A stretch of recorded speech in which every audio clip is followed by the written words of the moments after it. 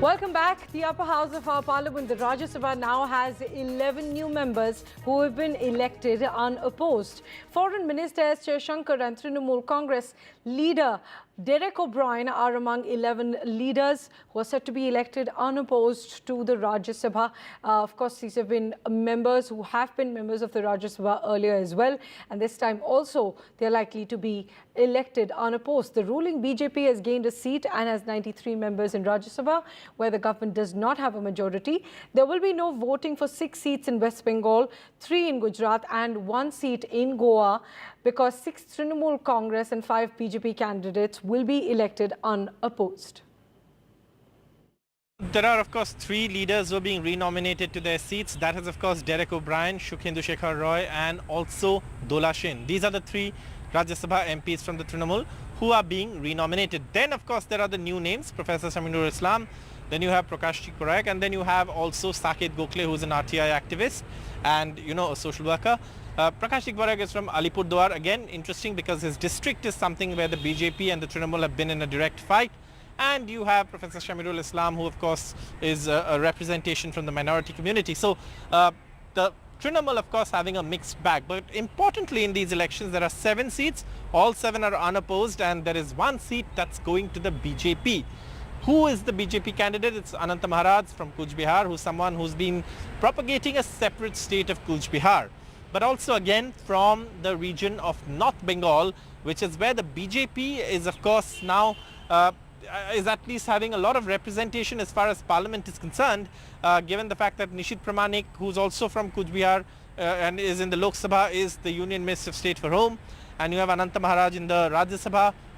You have other, BJP leaders also from that region. So this is, of course, a very, very important sort of election for the BJP, and it's important because this is the first time that the BJP has a Rajya Sabha MP from West Bengal. And its choice is interesting because it's not someone who's long been associated with the party or that a party karyakarta or someone who's worked in the party that is being nominated, but they're choosing someone from society, from someone who's been part of a movement, local movement there, a separate state of Cooch Behar, something of course that the Trinamool is very clearly opposed to any kind of division of Bengal. But obviously the BJP's choice is interesting in its first ever Rajya Sabha MP from West Bengal. 1980 was when the BJP was formed, and since then they haven't had a Rajya Sabha MP. But with their a victory of 70 MLAs, 77 MLAs actually, but that number has come down now because of defections. And moving on, a glimpse of folk culture was seen at Chhattisgarh Chief Minister's house on Hareley Festival. Chief Minister Bhupesh Baghel celebrated the Hareley Festival with his family. Hareley, which marks the beginning of Shravan month, is considered to be the first festival of the state and has a special significance for the farmers. This is the traditional farm festival, and on this auspicious occasion, farmers worship their farm equipment and cows and celebrate this festival with great pomp and show. The state government has undertaken an initiative to celebrate the state's popular indigenous festivals like Hareley, Tej Pora and Cher Chera on a grand scale. It has declared a public holiday on Hareley Tihar as well.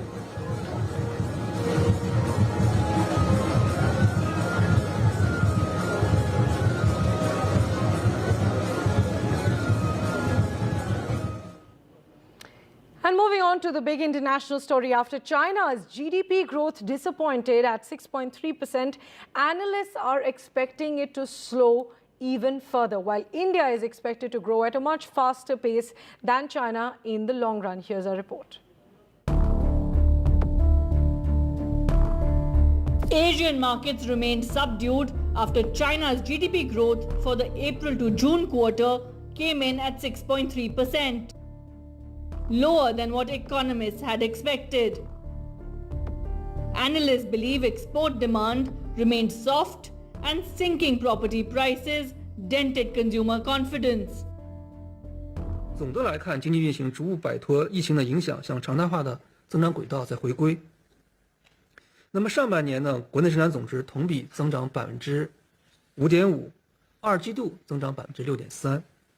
那么5.5%的增速呢，明显快于上年全年6.3%的去年全年3%的经济增速，也快于疫情3年4.5%的年均增速，经济增长回升的态势还是比较明显。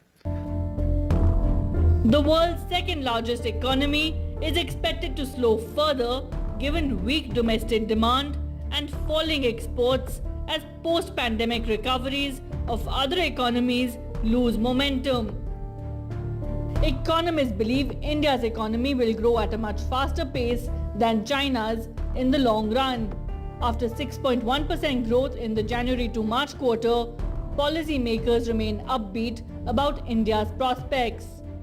Well, India is expected to do well over the medium to long run for a couple of reasons. One, I think it is trying to upgrade its infrastructure. Government has been focused on creating new infrastructure, particularly in railways, roadways, logistics, etc. And that creates potential for the economy to grow at a faster pace. It also improves efficiency in the system.